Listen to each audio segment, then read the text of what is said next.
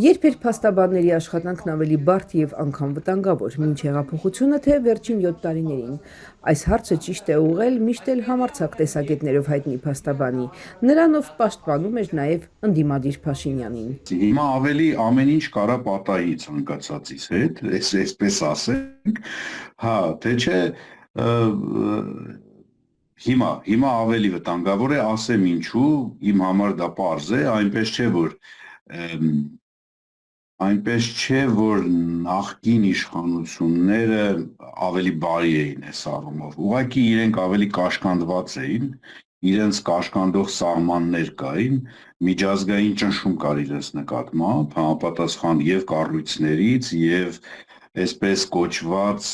քաղաքացիական հասարակություն կար ժամանակին նման բան էր կոչվում, հետո պարզվեց դա ազդեցության գործակալների խմբակ է։ Եվ այդ առումով նախկին իշխանությունները կաշկանդված էին եւ այն ինչ իրեն թույլ է տալիս Նիկոլ Փաշինյանը, նրանք չէին էլ կարող երազել, որ կարող են իրենց թույլ տալ։ Փաշինյանը թաքցնելու ոչինչ չունի, ասում է Վարոսյանը, նրան ոչինչ չի կաշկանդում։ Նիկոլ Փաշինյանի ձեռքերը բացարձակ ազատ են, բացարձակ, նա որևէ կաշկանդող բան չունի, դրա համար է այսօր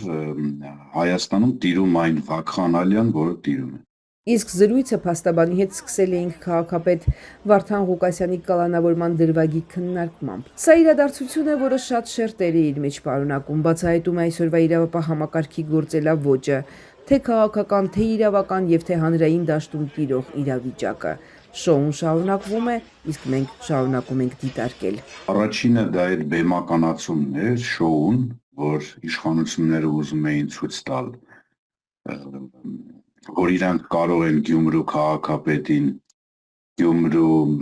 կենտրոնից իր աշխատասենյակից այսպես վերցնել բերել Երևան ցուցադրաբար։ Երկրորդը փաստաբան Վարոսյանի դասակարգմամբ անմեղության կանխավարկածի աննախադեպ խախտումներն են։ Իշխող կուսակցության ղեկավար ներկայացուցիչները Վարդան Ղուկասյանին արդեն հայտարարել են կաշառակեր սրիկա։ Նայեք, կաշառակեր սրիկան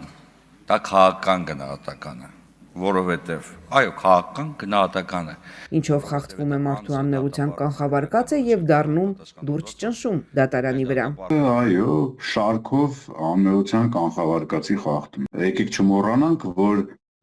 այս զարգացումների անոնսը նաեւ վաղօրոք էր տրված, վաղօրոք։ Մենք պետք է ուղղակի դուրս շպրտենք քաղաքական եւ հանրային դաշտից։ Ինչպես քաղաքական մեթոդներով եւ բոլոր այն մեթոդներով, որոնք կարելի է կիրառելի է ժողովրդավարական երկրում, եւ ես համոզված եմ, որ դա տեղի կունենա։ Այսինքն մեզ ուղիղ էին ասում, որ նման մի բան պատահելու է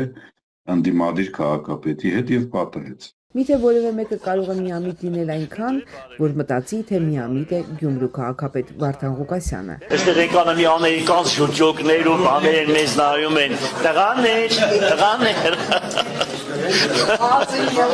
Տղաներ, բարև ձեզ։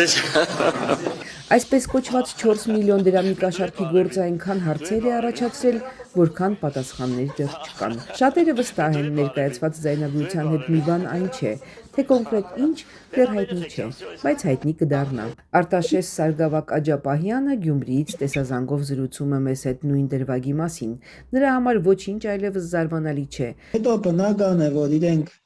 ասելու են, որ դե այդ քաղաքական process-ներ չի, այդ իրավական process-ներ են, մենք դրա հետ կապ չունենք, բայց այդ ասելով ոնց որ արդեն ժողովրդի վրա ծիծաղ են էլի։ Ամոթ է պարզապես, չգիտեմ ում են խապում, ինչ են խապում, կարծես թե մարդկանց էշի տեղ տնեն էլի, այսպես ասած ժողովրդական լեզվով։ Գիտեին, որ գալու են, լինելու է հենց այսպես, ինչպես եղավ։ Ես չգիտեմ ինչ են դրել իրենք գործի հիմքում, բայց եթե դրել են ինչ-որ մի բան, որ նոր կատարվել է իր ներկայիս ընտրությունից հետո, դա պարզապես հիմարություն է։ Անհնար է, որ Վարդան Ղուկասյանը իր ներկա ընտրությունից հետո ինչ-որ մի բան աներ,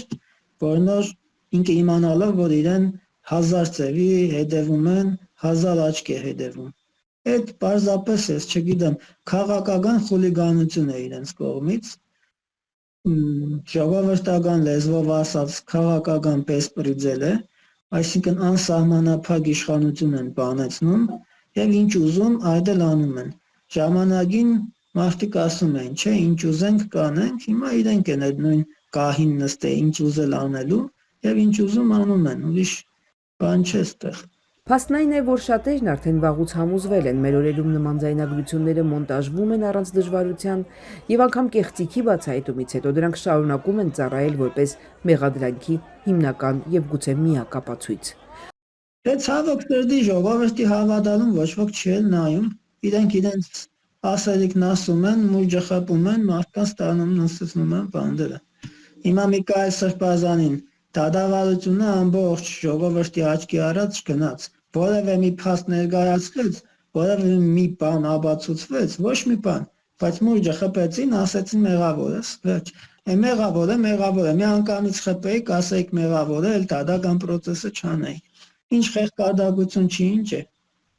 Հիմա կարելի է ապավինել միայն Աստծո արդարադատությանը, չարը չի հաղթելու, ասում է հոգևորականը։ Պողոս Առաքյալը ասում է, ամբողջ փորձանքները, որ եկավ մեր վրա, եկավ այն բանի համար, որովհետեւ մենք սովորենք ապավինել ոչ թե մեզ, այլ Աստծուն։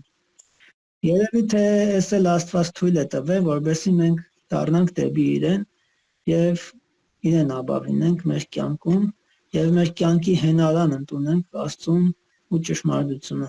Բռնությունն ու ամենաթողությունը անվերջ շարունակվել չեն կարող, ասում է հոգևորականը։ Շակի Ավոյան, հրապարակ։